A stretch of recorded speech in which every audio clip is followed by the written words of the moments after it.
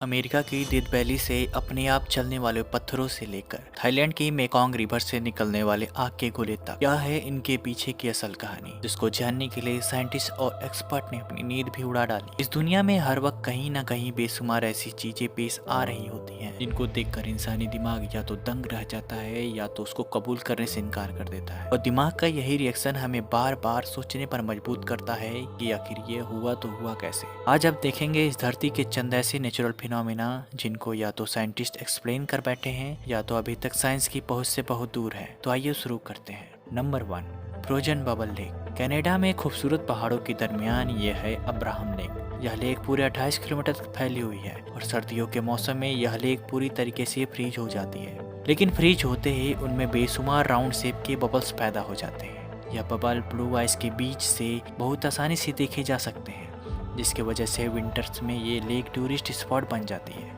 देखने में तो यह नेचुरल फिनोमेना बहुत ही खूबसूरत लगता है, लेकिन अगर इसको करीब किसी ने थोड़ी सी भी आग लगाई तो यह पूरी लेक एक जोरदार धमाके से फट भी सकती है। लेकिन आखिर क्यों? आखिर इस लेक में यह बबल्स आते कहाँ से हैं और इनकी वजह से यह लेक इतनी ज़्यादा डेंजरस क्यों है? इस हवाले से रिसर्चर्स का मानना है कि यह बबल मीथेन गैस की है। यह डेंजरस गैस लेक के अंदर मौजूद गड़े सड़े पौधों से निकलती हैं और सर्दियों में जब लेक का पानी फ्रीज होता है तो साथ ही यह बबल्स भी फ्रीज हो जाते हैं। लेकिन फ्रीज होने के बावजूद भी इन बबल्स में मीथेन गैस मौजूद रहती है, जिसको अगर जरा सी भी चिंगारी दिखाई गई तो पूरी 28 किलोमीटर की लेक में फैले हुए इस मीथेन बबल्स को आग भी लग सकती है। Number 2, selling stone. अमेरिका के डेथ वैली के मकाम पर एक अजीबोगरीब फिनोमिना नोटिस किया गया। यह देखा गया कि इस वैली के बॉटम पर जो पत्थर पड़े हैं उनका एक ड्रिल बना हुआ है। ऐसा लगता है जैसे इन पत्थरों को घसीटकर एक जगह से दूसरी जगह लाया गया है। लोगों की हैरानगी तब बढ़ गई जब उन्होंने चंद ऐसे पत्थरों को भी देखा जो 300 किलो जितने वजनी थे, यानी जिन पत्थरों को कोई आम आदमी हिला भी नहीं सकता, उनको भी घसीटा गया था। सवाल यह उठता गया कि बिल्कुल लेवल जमीन पर इतनी भारी पत्थर अपने आप कैसे हिले? अगर इनको किसी ने घसीटा भी है तो आखिर क्यों?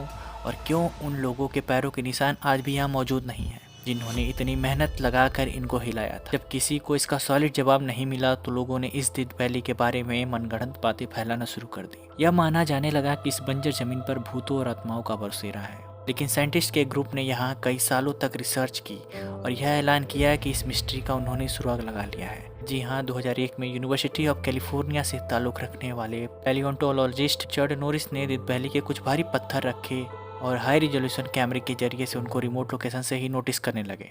2001 में रखे जाने वाले पत्थर पूरी 12 साल तक अपनी जगह पर पड़े ही रहे, लेकिन 2013 में अचानक से उन्होंने नोटिस किया कि पत्थरों की लोकेशन चेंज हो चुकी है और ये पत्थर भी अपने पीछे एक ट्रेल छोड़ दिए हैं। चड नॉरिस ने बताया कि इस मिस्टीरियस फिनोमिना की वजह बारिश है और खासतौर पर वो बारिश जो सर्दियों में पड़ती है। उनका कहना था कि जब सर्दियों के मौसम में यह बारिश पड़ती है तो इन जगह पर पानी खड़ा हो जाता है।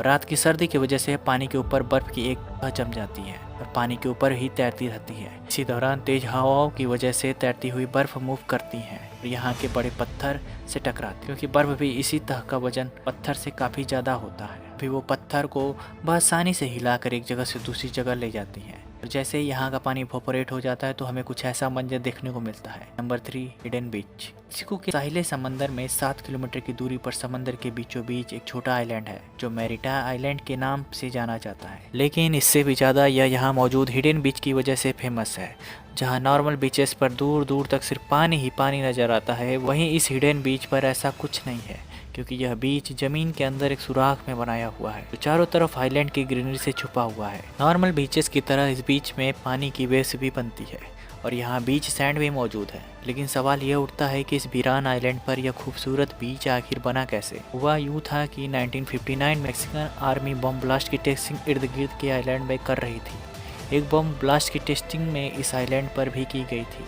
जिसकी वजह से यहाँ की ज़मीन में सुराख बन गया। लेकिन यह सुराख अंदर ही अंदर समंदर से जा मिला और इसमें पानी भर गया, क्योंकि यह जगह सी लेवल से काफ़ी ऊपर थी। इसी वजह से पानी सिर्फ यहीं तक ही भर सका। Number 4, Naga firewall. थाईलैंड से गुजरने वाली मेकोंग रिवर दुनिया की 12वीं लंबी ग्रीन ट्रैक है।